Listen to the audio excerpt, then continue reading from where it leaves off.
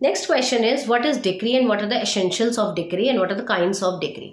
Decree क्या है? मैंने अपनी छोटी वीडियोस में भी आपको बताया है कि डिक्री एक फॉर्मल एक्सप्रेशन होता है जो सेक्शन 2 सबसेक्शन 2 में बताया गया है, और ये भी बताया कि डिक्री जजमेंट के बाद की स्टेज होती है जिसमें कोर्ट ये बताती है कि उसने किसकी फेवर और किसकी अगेंस्ट में फैसला किया है, दैट इज डिक्री। अब डिक्री में के 5 एसेंशियल्स होते हैं मेन। सबसे पहला एसेंशियल होता है adjudication. Adjudication is nothing but dispute, कि किसी भी डिस्प्यूट के ऊपर ही डिक्री जो है वो दी जाती है, तो एडजुडिकेशन होना बहुत ज़्यादा ज़रूरी है। दूसरा होता है सूट। सूट फाइल होना ज़रूरी है तभी डिक्री दी जाएगी। अपील के केस में डिक्री नहीं दी जाती है, एप्लीकेशन के केस में डिक्री नहीं दी जाती है। Right of a person in controversy. Third इसका एसेंशियल है कि पर्सन के राइट्स जो है वो कंट्रोवर्शियल होने चाहिए, मतलब ए और बी अगर 2 लोग सूट में हैं तो उनके आपस में राइट्स जो है क्लैश करने चाहिए। फोर्थ इज कंक्लूसिव डिटर्मिनेशन, मतलब कंक्लूजन होना चाहिए हर डिक्री में और डिटरमाइंड होना चाहिए, पार्टीज को उसको फॉलो करना पड़ता है।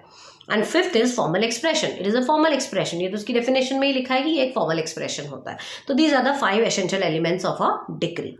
नाउ डिक्री के बाद अब डिक्री के काइंड्स क्या क्या होते हैं। डिक्री 2 तरीके की हो सकती है, preliminary decree and final decree. कई लोग पार्टली प्रिलिमिनरी पार्टली फाइनल भी बोल देते हैं, तो 3 तरीके की कैटेगरीज भी बना सकते हो आप, बट मेन तो 2 ही होती है, प्रिलिमिनरी एंड फाइनल। प्रिलिमिनरी होती है जो आधा अधूरा केस होने के बाद कुछ इश्यूज सेटल डाउन हो जाते हैं तो उसके लिए आपको डिक्री मिल जाती है, तो वो पार्टली डिक्री या प्रिलिमिनरी डिक्री कहलाती है।